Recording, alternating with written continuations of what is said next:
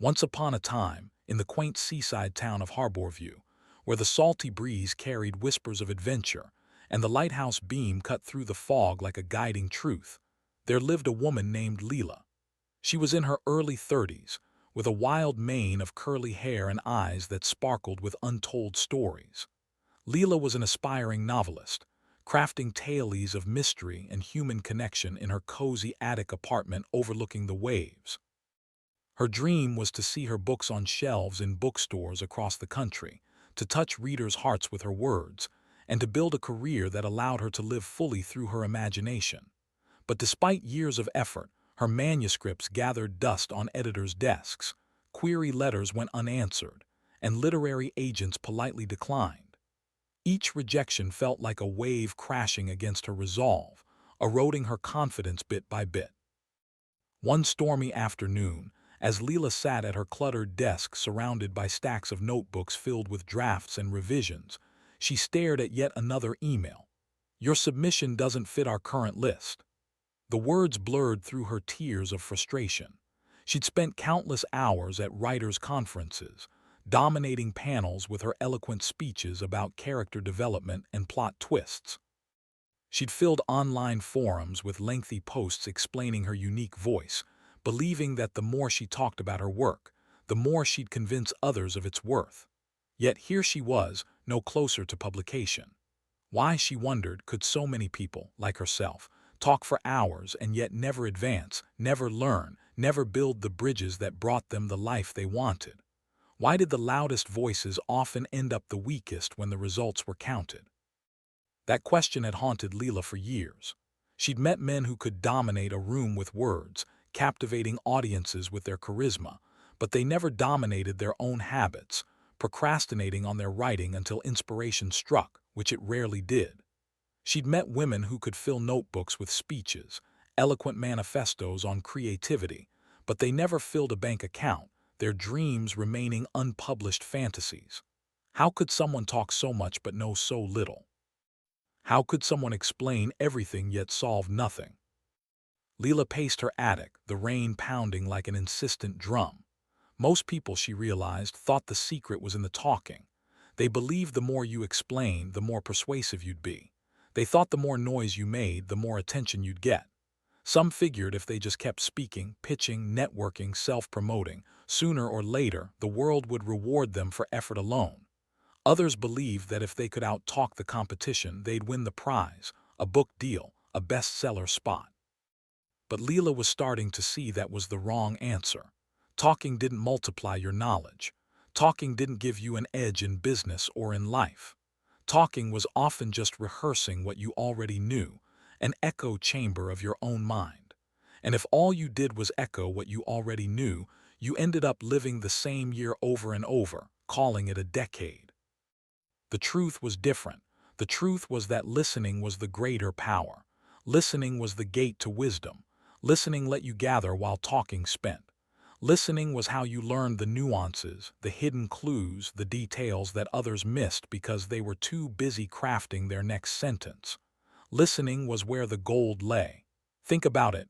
Nature itself taught this. You were given 2 ears and 1 mouth, not the other way around. That was nature's subtle reminder to use the ears more than the mouth, twice the listening, half the talking. That balance alone would change someone's career, their relationships, even their bank account. Leela recalled an example from her own life. She'd once attended a literary workshop where a young writer, eager to impress, talked nonstop, explaining his opinions, his plans, his grand vision for revolutionizing the genre. The seasoned editor across the table said almost nothing. She just nodded, asked a few quiet questions, and kept taking notes. A year later, the listener, the editor, had launched a successful imprint, wealthy from deals with emerging talents. The talker was still trying to be heard, his manuscript unpublished. Why? Because the listener learned what the writers valued, what they feared, what they were willing to trade in revisions. The talker missed it all because he was too busy broadcasting. It was like the two farmers Leela had heard about in an old fable. One farmer spent his day yelling at the ground, shouting instructions to the seeds, telling them how tall they should grow. The other farmer bent low, studied the soil, listened to the wind, watched the sky. Which one brought in the harvest? The one who listened to the land, not the one who shouted at it. So remember this. Talking showed what Leela already knew. Listening showed what she was willing to learn. Talking could make her look smart for a moment. Listening could make her wise for a lifetime. Talking built noise. Listening built knowledge. If she wanted power, listen more than she spoke. If she wanted wisdom, gather before she gave. If she wanted influence, understand before attempting to be understood.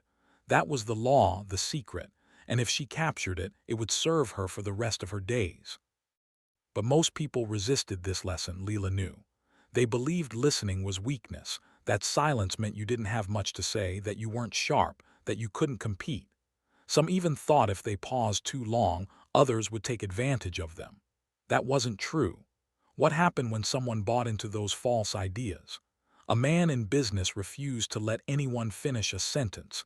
He interrupted, corrected, added his own twist before the other person was done. On the surface, he looked strong, confident, decisive. But underneath, he missed valuable information. He didn't catch the customer's real concern, didn't hear the hesitation that signaled doubt, didn't learn the competitor's weak point because he cut them off too soon. What looked like power ended up being loss. Or what about a parent who never listened to a child, always giving instructions, always correcting, always talking? What did the child learn? That their voice didn't matter, that they weren't understood. Soon, the child stopped sharing, and the parent wondered why there was distance in the relationship. That was the cost of believing talking was always superior. Here's the truth. Listening wasn't weakness, it was strategy. Listening was positioning yourself to receive what others gave away freely: clues, lessons, insights, emotions. If you paid attention, people revealed exactly what they needed, what they feared, what they were willing to do, but only to the ear patient enough to hear it. It reminded Layla of the old story of the chess player. A beginner rushed his moves, quick to show how fast he could react. The master sat still, silent, eyes on the board, calculating, waiting. He moved less often but won more often. Why? Because he listened to the board, noticed the small details, didn't waste energy making noise. He invested energy in understanding the position. Life worked the same way. The person quick to speak burned energy. The person quick to listen gained energy. The speaker spent. The listener accumulated. One scattered seeds in the wind. The other harvested fruit. When Leela started listening with intention, something remarkable happened. She began to hear not just words, but patterns. She heard what people repeated, and repetition was always a signal of importance. She heard what people avoided saying, and avoidance was often more revealing than confession. She heard tone, hesitation, excitement. All of that was information she could use to make wiser decisions. Listening was leverage, the hidden advantage. It was like compound interest. You might not see the payoff in the first hour, the first day, or even the first week, but over time, the accumulation of knowledge, trust, and insight became enormous. The talker ended up with broken information. The listener became wealthy in understanding. So the wrong answers always led to loss. Believing listening was weakness led to blind spots. Believing talking was persuasion led to empty results. Believing silence was failure led to missed opportunities. Those were traps, and most people lived in them for years. But the right answer, that listening was more powerful than talking, led to growth, to trust, to influence. It led to wisdom, to connection, and it never ran out of value. If listening was truly the greater power, how did Leela see it at work? Let's draw a few clear pictures. Think of the courtroom. A good attorney knew when to argue, but the great attorney knew when to stop talking and start listening. The opposing side often revealed more in their testimony than in their silence. A careless phrase, a small contradiction, a shift in tone that could change the entire case. The attorney who listened closely was the one who won. The one who talked too much often missed the golden moment. Listening worked like a mirror. When you listened carefully, people saw themselves more clearly, and that made them trust you. Because what most people wanted was not to be talked into something, but to be understood. Talking demanded attention. Listening earned it. Two men went fishing. One threw his line in, then started shouting at the water, insisting the fish should bite, explaining how good the bait was. The other man cast his line quietly, watched the ripples, noticed the patterns of the fish beneath. He paid attention. One man talked at the lake, the other listened to the lake. Now, which one came home with dinner? The answer was obvious. Listening was kind of like mining. The surface looked plain, ordinary, but underneath lay veins of gold. The miner who hammered without observing, who shouted at the mountain, gained nothing. The miner who studied the rock, listened to the sound of the pick, noticed the faint gleam. That was the miner who discovered treasure. Words were like the surface, listening dug beneath. So the next time Leela was in conversation, she counted how many questions she asked compared to how many statements she made. Most found the balance heavily tilted toward talking. But if she reversed that ratio, something changed. Suddenly, she learned more, connected more, saw more, because questions opened doors and listening allowed her to walk through them. Listening was patience in action, and patience always multiplied results. Talking was immediate, like spending cash. Listening was slow, like investing. The spender ended with empty pockets. The investor ended with compound wealth. So never confuse silence with weakness. Never confuse listening with passivity. Listening was activity of the highest kind. It was collecting data, building understanding, positioning herself for advantage. It was the soil where wisdom grew. Talking declared what she knew today. Listening built what she'd know tomorrow. To turn this into a challenge for herself. Because ideas were nice, but discipline made them real, Leela asked. How many opportunities had slipped through her fingers because she was too busy talking? How many relationships cooled because she didn't pause long enough to listen? How many sales, promotions, partnerships, or insights vanished because she filled the silence instead of learning from it? That was the price of ignoring this principle. She'd watched people ruin their chances because they couldn't keep quiet. In business meetings, some spoke too soon and revealed their strategy before it was time. Others interrupted and lost respect instantly. In negotiations, many thought talking gave strength, but strength often lay in silence. The person who listened gathered leverage while the talker gave it away. And here's the test.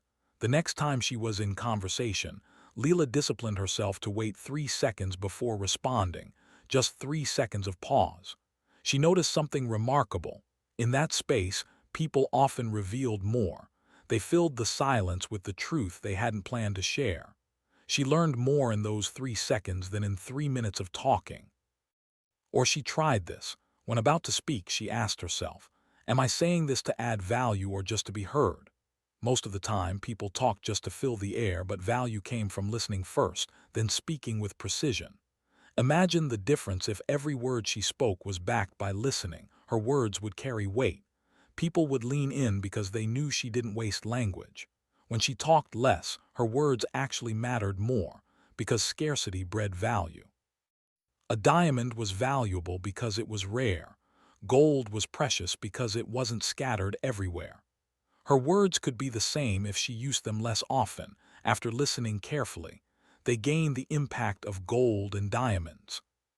People didn't follow a leader because he could talk endlessly. They followed because he listened, understood, and then spoke with clarity. A leader who listened created loyalty. A leader who only talked created distance. Families worked the same way, friendships too. Listening built bonds that talking alone could never create. But remember, listening wasn't passive. It wasn't sitting in silence while her mind drifted.